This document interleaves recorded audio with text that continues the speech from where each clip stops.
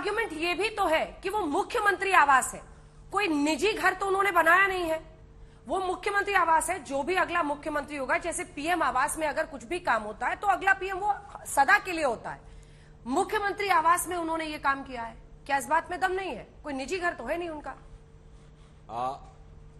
देखिए, दो बातें हैं। दिल्ली में जो मुख्यमंत्री के अधिकृत आवास के साथ जो इतना बनाया गया है, उस ढंग का क्या डिजिग्नेटेड मुख्यमंत्री आवास है? जैसे प्रधानमंत्री आवास रहता, जो भी, चलिए वो भी मान लिया, हम कब मना कर रहे हैं। पर ये बताइए, ये वियतनाम के टाइल्स की जरूरत क्या थी मुख्यमंत्री आवास में? क्या ये भारत के मकराना टाइल्स से काम नहीं चल सकता था? ये 1 करोड़ रुपए के पर्दे की जरूरत क्या थी? ये मतलब नॉर्मल पर्दों से काम नहीं चलता। क्या पर्दे में छुपाना चाहते थे? ये तो जो इतना हाई एंड का पर्दा चाहिए था, हमें इस बात की जरूरत है। हम इस बात, और दूसरा, बहुत बधाई हो आपको कि अब आखिर में आप आ गए। उन्होंने ये किया, इन्होंने ये किया। आप एक बात बताइए, दिल्ली के अंदर या और मैं एक और बात कहूं, जितने भी मकानों में कंस्ट्रक्शन हो रही है, जितने यहीं पे इटालियन मार्बल मिलता है, यहीं वियतनाम का मार्बल मिलता है, और जो 100 गज के फ्लोर है उसमें भी इटालियन मार्बल लगता है। 99% जनता उतने का मकान खरीदना उसके लिए ख्वाब की बात है। मैं एक लाइन पूरा कर लूं। देखिए साहब, जितने के पर्दे लगे हैं, 1 करोड़ का मकान खरीदने की हैसियत 90% से ऊपर दिल्ली की जनता के पास नहीं है, जितने के पर्दे लगे हुए हैं। इसकी आवश्यकता थी किस मुख्यमंत्री को? मैं पुनः कह रहा हूं, जो दिखाता है कि मैं हाफ टी शर्ट पहनता हूं, ये 10 रुपल्ली वाला पेन लगाता हूं और टोपी पहनता हूं, मुझे चाहिए जन लोकपाल। ऐसी टोपी पहनाई जनाब जनता को, ऐसी टोपी पहनाई, क्या वो टोपी पूरी तरीके से सामने आ गई? और मैं एक और बात कहूंगा जनाब जी, एक सीरियस बात, आम आदमी पार्टी से अलग हटके। देखिए, ये देश की जनता के लिए भी एक सबक है कि ये जो अचानक नए नवेले लोग आकर कुछ भी प्रॉमिस करने लगते हैं, तो बहुत सोच समझकर, जांचने परखने के बाद निर्णय लेना चाहिए। अन्यथा जो बात अभी आलोक जी ने कही थी, मैं एक बात ईमानदारी से कहना चाहता हूं। पिछले 30-40 वर्षों में आप देखिए, जो लोग आंदोलन के नाम पे आए, राम मंदिर आंदोलन को छोड़ दिया जाए, वो सब लोग बाद में बड़े अजीब टाइप के भ्रष्टाचार में निकले। वीपी सिंह जी के साथ जो पार्टियां आई जनता दल की, लालू प्रसाद यादव जी, मुलायम सिंह जी, उसी से निकले थे। क्या भ्रष्टाचार के कीर्तिमान बनाए, जो राजनीति में शुचिता के नाम पे निकल के आए थे। और ये देखिए, ये अन्ना के नाम पे निकल के आए, तो इन्होंने ये किया। इसलिए मैं कह रहा हूं कि ये एक प्रकार का भारत के लोकतंत्र के लिए एक टेस्ट केस भी है कि किस ढंग से एक अलग मुखौटा लगाकर, और अंदर क्या हो सकता है, ये जनता के लिए आंखें खोलने वाला है कि सामने क्या है और अंदर क्या हो सकता है। जवाब दीजिए इसका। देखिए, आप जो बात कह रहे हैं कि जी पर्दे लगे या ये लगा, आप ये देखें ना, जो आपके एलजी हाउस है वहां पे 15 करोड़ रुपए रेनोवेशन में लगता है, 15 करोड़ रुपए रेनोवेशन में लगता है। और इसकी जब ये बनता है, पीडब्ल्यूडी काम लेती है, उसकी अप्रूवल भी होती है, सरकार आपकी है। आपने उस समय क्यों नहीं बात करी जी आप इसके लिए एलिजिबल नहीं है, आप इतना पैसा नहीं लगा रहे, आपने इतने का पर्दा लिया, आपने इतने का वो लिया। मैं तो देखने नहीं गया, ये तो जो फिल्म बना के मीडिया दिखा रहा है वही हम देख रहे हैं जी, इतने करोड़ का पर्दा लग गया, इतने का ये लग गया।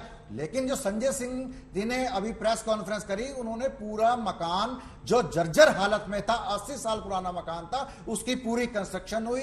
1 एकड़ के मकान के अंदर पूरा रेनोवेशन का काम हुआ। अगर आप अपने घर का भी काम कराते हैं, उसमें भी कई करोड़ रुपए लगते हैं, और 1 एकड़ के मकान में लगते हैं। अब प्रधानमंत्री जी के 90 करोड़ रुपए लगे रेनोवेशन में, उनका ऑलरेडी 500 करोड़ का मकान बन रहा है, जिसका बजट 2-3 गुना बन जाएगा, और उसका अंदाजा है कि वो 1500 करोड़ रुपए में बनेगा। उसके ऊपर तो कोई ऑब्जेक्शन नहीं लेता। मेरा बार बार यही कहना है कि देश के अंदर 2 कानून नहीं हो सकते। जितने भी देश के मुख्यमंत्री हैं, जितने भी सेंट्रल मिनिस्टर हैं, जितने भी मेंबर पार्लियामेंट हैं, उन सबकी जांच हो और उसके ऊपर एक रेखा खींची जाए कि you are eligible for this amount. ये तो सरकार में आप हैं, आप इस बात के गुनाहगार हैं। आप क्यों नहीं ऐसा कानून बनाते कि आप उसकी एक जो है अमाउंट सेटल कीजिए कि आप यहां पे ये अमाउंट खर्च कर सकते हैं, इसके ऊपर नहीं खर्च कर सकते। इसके ऊपर आप लगाम लगाएंगे ना, सरकार तो आपकी है, आपकी सरकार है, आप प्रश्न कर रहे हैं, हमें प्रश्न करना चाहिए कि जो 90 करोड़ का मकान बन रहा है, 500 करोड़ का मकान बन रहा है, जो प्लेन खरीदे जा रहे हैं गुजरात के जो मुख्यमंत्री के लिए, या जो शिवराज सिंह चौहान जो उन्होंने भी रेनोवेशन में करोड़ों रुपया लगाया, ये बड़ी लंबी फहरिस्त है। सबके अकाउंट्स आप इन सारों की ही तरह हैं। नहीं, जिनका सवाल नाम ये नहीं है। जो सवाल ये PWD है, काम करती है, सवाल ये है, जो मुख्यमंत्री तो का आप आवास एक कैसा सेकंड, होना चाहिए। एक साथ मत बोलिए ना, आप भी बोलिएगा मैं भी बोलूंगी, जनता please। कैसे सुने। तो आपने जितने नाम लिए आप इन जैसे ही हैं। नहीं, उन्होंने थोड़ी कहा कि मेरा मकान ऐसा हाँ या बनाओ। ना बोलिए ना, आपने जितनों के नाम लिए आप उन्हीं के जैसे हैं नहीं, हम या उनके जैसे अलग नहीं है। पार्टी है? अलग पार्टी है, तो फिर? लेकिन एक मुख्यमंत्री का आवास बन रहा है, जिस प्रकार का आवास बनता है, जिस प्रकार का सबका आवास बनता है, उसी हिसाब से उन्होंने बनाया, उसी हिसाब से उन्होंने बनाया। अरविंद केजरीवाल ने ये थोड़ी कहा कि मेरे यहां पे ये लगेगा, ये लगेगा, ये लगेगा। पीडब्ल्यूडी जब कोई कंस्ट्रक्शन करती है, मैंने देखा है कई मेंबर पार्लियामेंट अपने घर में रेनोवेशन करते हैं, उनको सैंपल्स दिखाए जाते हैं कि ये सैंपल है सर, इसमें से आप पसंद कर लीजिए।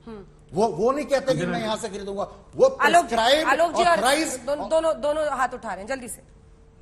कि मुझे लगता है कि केजरीवाल जी ने सेलेक्ट नहीं किया है। ये तो नवाज शरीफ एक दिन घूमते घूमते सिविल लाइंस आए थे, वो सारी चीजें सेलेक्ट करके चले गए। सरकार केंद्र सरकार कर दे। तनख्वाह जब 5-5 बार बढ़ाई थी अपने विधायकों की, वो केंद्र सरकार की अप्रूवल से बढ़ाई थी क्या? सरकार केंद्र की है। आप लोग क्या पकौड़े तलने की मशीन लगा रखी है आप लोगों ने, या मूंगफली का ठेला है केजरीवाल जी का? आपकी सरकार नहीं है क्या? आपकी कोई नैतिक जिम्मेवारी नहीं है क्या?